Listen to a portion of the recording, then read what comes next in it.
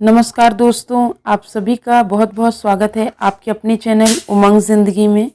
दोस्तों, आज मैं मुंशी प्रेमचंद जी की एक और बहुत ही अनमोल और देशभक्त की कहानी लेके आई हूँ, जिसका शीर्षक है मैकू। दोस्तों, मैकू एक ऐसा आदमी था जो बेहद शराबी था। बहुत शराब पीता था, उसकी लत थी शराब। लेकिन उसके रोम रोम में देशभक्ति को देखकर सब दंग रह गए। उम्मीद करती हूँ जब आप ये पूरी कहानी सुनेंगे तो आपको ये बेहद पसंद आएगी। तो चलिए जल्दी से कहानी की शुरुआत करते हैं। कादिर और मैकू ताड़ी खाने के सामने पहुंचे तो वहां कांग्रेस के वॉलेंटियर झंडा लिए खड़े नजर आए। दरवाजे के इधर उधर हजारों दर्शक खड़े थे। शाम का वक्त था। इस वक्त गली में पियक्कड़ों के सिवा और कोई ना आता था। भले आदमी इधर उधर से निकलते तो झिझकते थे। पियक्कड़ों की छोटी छोटी टोलियां आती जाती रहती थी। दो चार वैश्याएं दुकान के सामने खड़ी नजर आती थी। आज ये भीड़ भाड़ देखकर मैकू ने कहा, बड़ी भीड़ है बे, कोई 200-300 आदमी होंगे। कादिर ने मुस्कुराकर कहा, भीड़ देखकर डर गए क्या? यह सब हुर्र हो जाएंगे, एक भी न टिकेगा। यह लोग तमाशा देखने आए हैं, लाठियां खाने नहीं आए हैं। मैकू ने संदेह के स्वर में कहा, पुलिस के सिपाही भी बैठे हैं। ठेकेदार ने कहा था पुलिस न बोलेगी। कादिर, हाँ बे, पुलिस न बोलेगी। तेरी नानी क्यों मरी जा रही है? पुलिस वहां बोलती है जहां 4 पैसे मिलते हैं, यहाँ जहां कोई औरत का मामला होता है। ऐसे बेफजूल बातों में पुलिस नहीं पड़ती। पुलिस तो और सह दे रही है। ठेकेदार से साल में सैकड़ों रुपए मिलते हैं। पुलिस इस वक्त उसकी मदद ना करेगी तो कब करेगी? मैकू, चलो आज 10 हमारे भी सीधे हुए। मुफ्त में पिएंगे वह अलग, मगर सुनते हैं कांग्रेस वालों में बड़े बड़े मालदार लोग शरीक हैं। वह कहीं हम लोगों से कसर निकालें तो बुरा होगा। कादिर, अबे कोई कसर वसर नहीं निकालेंगे। तेरी जान क्यों निकल रही है? कांग्रेस वाले किसी पर हाथ नहीं उठाते, चाहे कोई उन्हें मार ही डाले। नहीं तो उस दिन जुलूस में 10-12 चौकीदारों की मजाल थी कि 10,000 आदमियों को पीट कर रख देते। 4 तो वहीं ठंडे हो गए थे, मगर एक ने हाथ नहीं उठाया। इनके जो महात्मा हैं वह बड़े भारी फकीर हैं। उनका हुक्म है कि चुपके से मार खा लो, लड़ाई मत करो। यूं बातें करते करते दोनों ताड़ी खाने के द्वार पर पहुंच गए। एक स्वयं सेवक हाथ जोड़कर सामने आ गया और बोला, भाई साहब, आपके मजहब में ताड़ी हराम है। मैकू ने बात का जवाब चांटे से दिया। ऐसा तमाचा मारा कि स्वयं सेवक की आंखों में खून आ गया। ऐसा मालूम होता था गिरा चाहता है। दूसरे स्वयं सेवक ने दौड़कर उसे संभाला। 5 उंगलियों का रक्त में प्रतिबिंब झलक रहा था, मगर वॉलेंटियर तमाचा खाकर भी अपने स्थान पर खड़ा रहा। मैकू ने कहा, अब हटता है कि और लेगा? स्वयं सेवक ने नम्रता से कहा, अगर आपकी यही इच्छा है तो सिर सामने किया हूँ, जितना चाहिए मार लीजिए, मगर अंदर न जाइए। यह कहता हुआ वह मैकू के सामने बैठ गया। मैकू ने स्वयं सेवक के चेहरे पर निगाह डाली। उसकी 5 उंगलियों के निशान झलक रहे थे। मैकू ने इसके पहले अपनी लाठी से टूटे हुए कितने ही सिर देखे थे, पर आज किसी ग्लानि उसे कभी न हुई थी।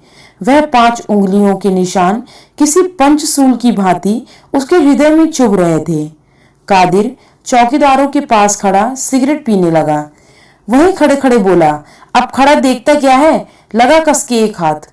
मैकू ने स्वयं सेवक से कहा, तुम उठ जाओ, मुझे अंदर जाने दो। आप मेरी छाती पर पांव रखकर चले जा सकते हैं। मैं कहता हूं उठ जाओ, मैं अंदर ताड़ी न पीऊंगा, एक दूसरा ही काम है। उसने यह बात कुछ इस दृढ़ता से कही कि स्वयं सेवक उठकर रास्ते से हट गया। मैकू ने मुस्कुराकर उसकी ओर ताका। स्वयं सेवक ने फिर हाथ जोड़कर कहा, अपना वादा ना भूल जाना। एक चौकीदार बोला, लात के आगे भूत भागता है, एक ही तमाचे में ठीक हो गया। कादिर ने कहा, यह तमाचा बच्चों को जन्म भर याद रहेगा।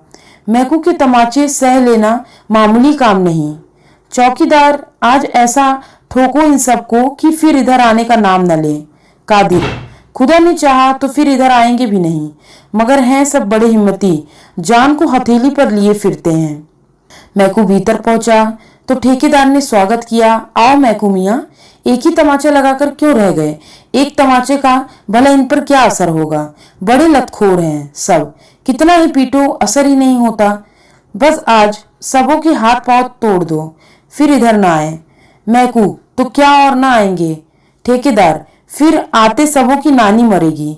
मैकू, और जो कहीं तमाशा देखने वालों ने मेरे ऊपर डंडे चलाए तो? ठेकेदार, तो पुलिस उनको मार भगाएगी, एक झड़प में मैदान साफ हो जाएगा। लो, जब तक एक आध बोतल पी लो, मैं तो आज मुफ्त की पिला रहा हूँ।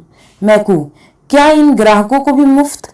ठेकेदार, क्या करता, कोई आता ही ना था, सुना कि मुफ्त मिलेगी तो सब धंस पड़े। मैकू, मैं तो आज ना पीऊंगा। ठेकेदार, क्यों? तुम्हारे लिए तो आज ताजी ताड़ी मंगवाई है। मैकू, यूं ही आज पीने की इच्छा नहीं है। लाओ कोई लकड़ी निकालो, हाथ से मारते नहीं बनता। ठेकेदार ने लपक कर एक मोटा सोटा मैकू के हाथ में दिया और डंडेबाजी का तमाशा देखने के लिए द्वार पर खड़ा हो गया।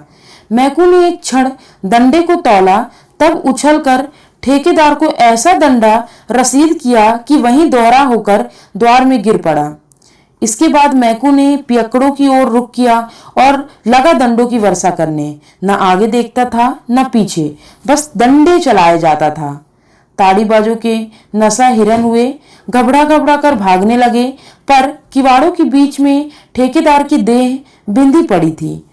उधर से फिर भीतर की ओर लपके। मैकू ने फिर डंडों से आवाहन किया।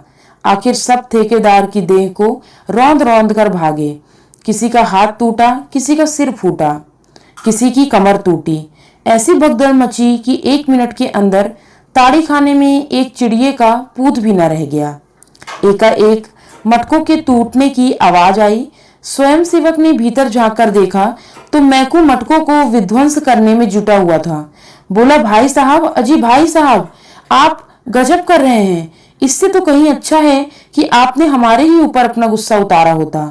मैकू ने 2-3 हाथ चलाकर बाकी बची हुई बोतलों और मटकों का सफाया कर दिया और तब चलते चलते ठेकेदार को एक लात जमाकर बाहर निकल आया। कादिर ने उसको रोक कर पूछा, तू पागल हो गया है क्या बे? क्या करने आया था और क्या कर रहा है? मैकू ने लाल लाल आंखों से उसकी ओर देखकर कहा, हाँ, अल्लाह का शुक्र है कि मैं जो करने आया था वह ना करके कुछ और ही कर बैठा। तुमने कुवत हो तो वॉलंटियरों को मारो, मुझ में कुवत नहीं। मैंने तो जो एक थप्पड़ लगाया उसका रंज अभी तक है और हमेशा रहेगा।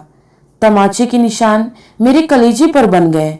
जो लोग दूसरों को गुनाह से बचाने के लिए अपनी जान देने को खड़े हैं, उन पर वही हाथ उठाएगा जो पाजी है, कमीना है, नामर्द है। मैकू फिसादी है, लथैड़ है, गुंडा है, पर कमीना और नामर्द नहीं है। कह दो पुलिस वाले से, चाहे तो मुझे गिरफ्तार कर लें। कई ताड़ीबाज खड़े सिर से हिलाते हुए उसकी ओर सहमी हुई आंखों से ताक रहे थे। कुछ बोलने की हिम्मत न पड़ती थी। मैकू ने उनकी ओर देखकर रहा, मैं कल फिर आऊंगा। अगर तुम में किसी को यह देखा तो खून ही पी जाऊंगा। जेल और फांसी से नहीं डरता। तुम्हारी भलमनसी इसी में है कि अब भूल कर भी इधर ना आना। यह कांग्रेस वाले तुम्हारे दुश्मन नहीं हैं। तुम्हारे और तुम्हारे बाल बच्चों की भलाई के लिए ही तुम्हें पीने से रोकते हैं। इन पैसों से अपने बाल बच्चों की परवरिश करो, घी दूध खाओ। घर में तो फाके हो रहे हैं, घर वाली तुम्हारे नाम को रो रही हैं और तुम यहाँ बैठे पी रहे हो। लानत है इस नशेबाजी पर। मैकू ने वहीं डंडा फेंक दिया और कदम बढ़ाता हुआ घर चला। इस वक्त हजारों आदमियों का हुजूम हो गया था। सभी श्रद्धा, प्रेम और गर्व की आंखों से मैकू को देख रहे थे। उम्मीद करती हूँ दोस्तों यह कहानी आपको बेहद पसंद आई होगी। कहानी पसंद आए तो कमेंट बॉक्स में मुझे ज़रूर बताइए। अगर अभी तक आपने चैनल को सब्सक्राइब नहीं किया तो प्लीज़ चैनल सब्सक्राइब कर लीजिए, निवेदन है मेरा। और अपने दोस्तों के साथ कहानी को शेयर ज़रूर करिए। मिलती हूँ अगली कहानी में, तब तक के लिए जय हिंद, वंदे मातरम।